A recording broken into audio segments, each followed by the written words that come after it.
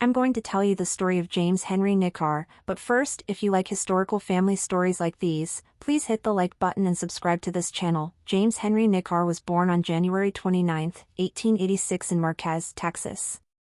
Back then, the population of Marquez was around 150 residents, a tiny little railroad town with dirt streets and horse-drawn wagons. Main Street ran parallel to the railroad, which was the lifeblood of the farming community. James was the first child of James Ira Hiram Nicar and Mary Roxana Williams. He had 4 other siblings, John, Viola, Alma, and Albert. When he was just an 11-year-old boy, his dad passed away at the young age of 31 years, leaving his mom to raise their 5 children alone. Being the oldest boy, he was now the man of the house. His childhood was over.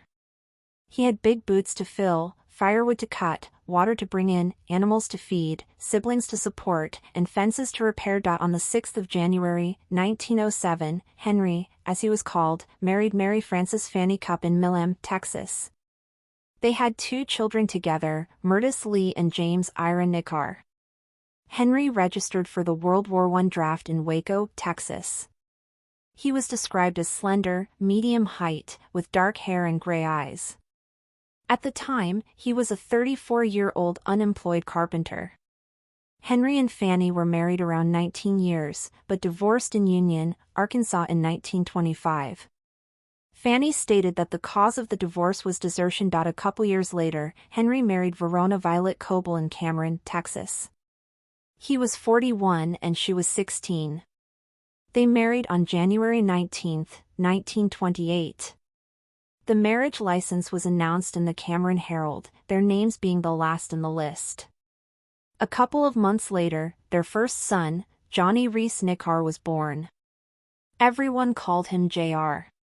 In the 1930 census, the young couple also had Henry's mother living with them.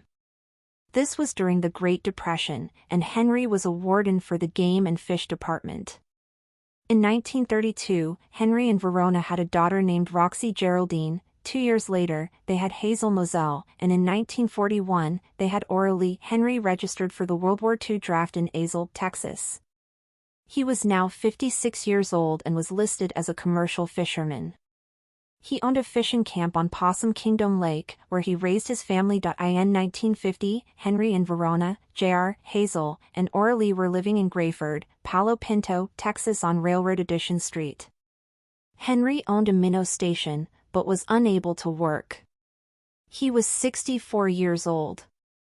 His children, Jr. and Hazel, ran the minnow station.